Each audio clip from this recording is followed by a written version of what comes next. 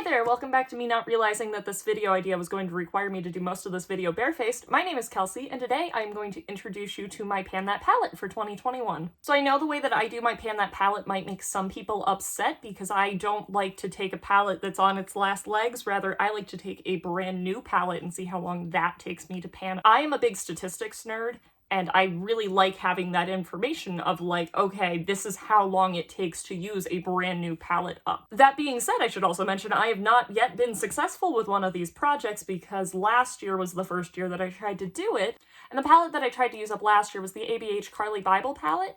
And I was successful at using this every day between January 1st and March 11th, but then the global illness that YouTube won't let you say happened, and I stopped wearing makeup for 5 months, and then when I started wearing makeup again, I didn't want to focus on this palette, I just kind of wanted to focus on getting into makeup again, so I haven't really used this exclusively since March 11th. But because I did find such good success doing it for that amount of time, I do want to try and do this again with a different palette, and that palette's actually going to be a different ABH palette.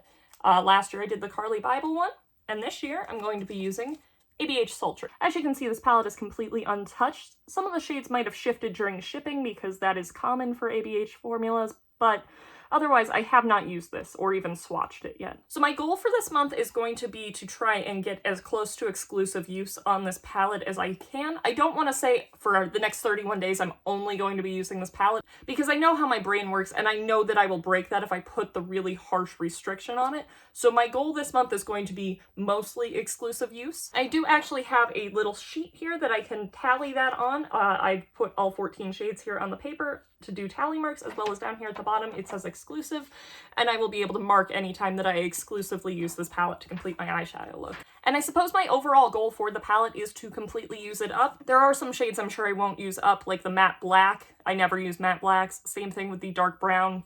I would use them in very similar ways. And I don't really use either of those shades in any other palettes that I own either, so I can't fathom that this one is going to be the exception. Although I do suppose I did hit pan in the dark brown shade in the Carly Bible palette last year, but I was using it as a liner, and I've kind of switched back to using liquid liners, so we'll see what happens. We'll see how my preferences change throughout the year. Alright, so the rest of this video is mostly going to be a first impression from me of a 2-year-old palette and my first time using the palette. So stick around if you want to see that. Otherwise, thanks so much for watching, and I will see you later.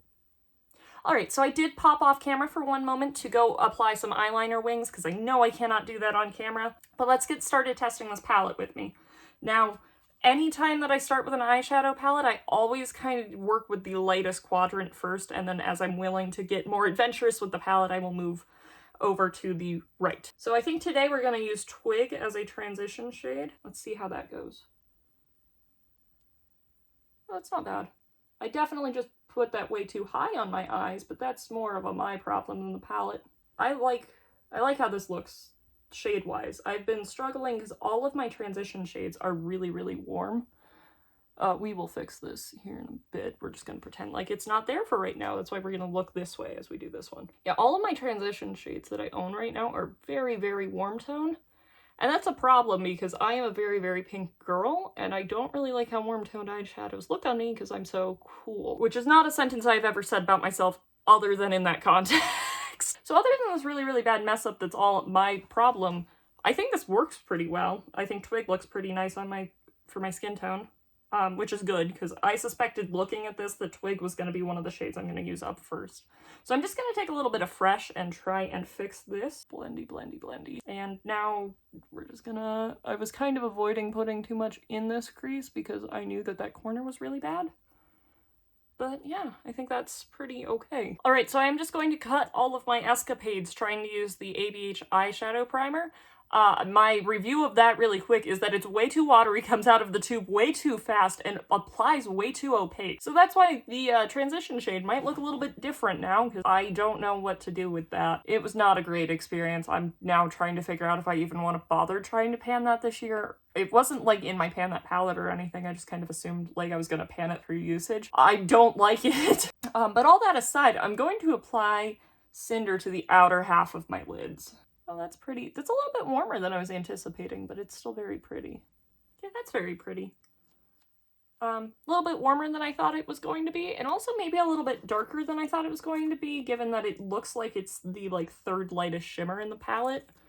I would say the third lightest after Pearl and Rose Quartz, but yeah, I still like it quite a bit. But speaking of Pearl, I'm not going to take that on the inner half of my lid.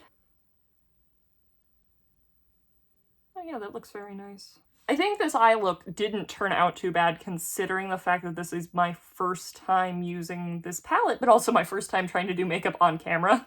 This did not go well in terms of like actually completing makeup on camera, but I think that the look itself is fine. I'm now going to go apply liner and mascara, and I will be right back and we will finish up this video.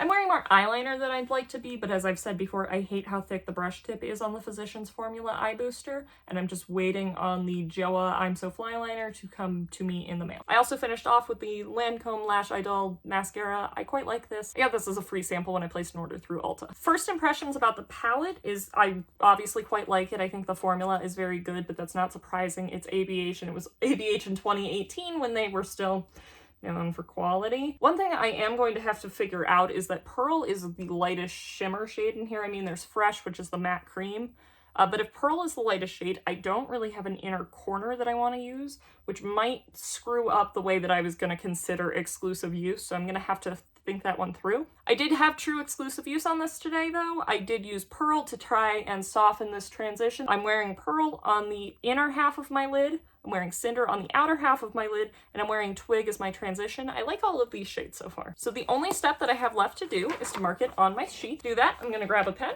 We have a tally for Fresh, we have a tally for Pearl, we have a tally for Cinder, a tally for Twig, and technically we have a tally for exclusive use. Those are really not showing up on camera, but it's fine. All right, so that is it for the intro to my Pan That palette. My plan for these is to record them on the first of the month, every month, and then release them on the first day that I'm uploading videos in any given month. Right now I'm thinking I'm gonna work with a Monday-Friday upload schedule, so it'll be the first Monday or Friday every month, but I will film these at the correct time. All right, if you stuck around through the atrocity that was me trying to do makeup on camera for the first time, I appreciate it greatly, and I hope to see everyone in the next video. Bye!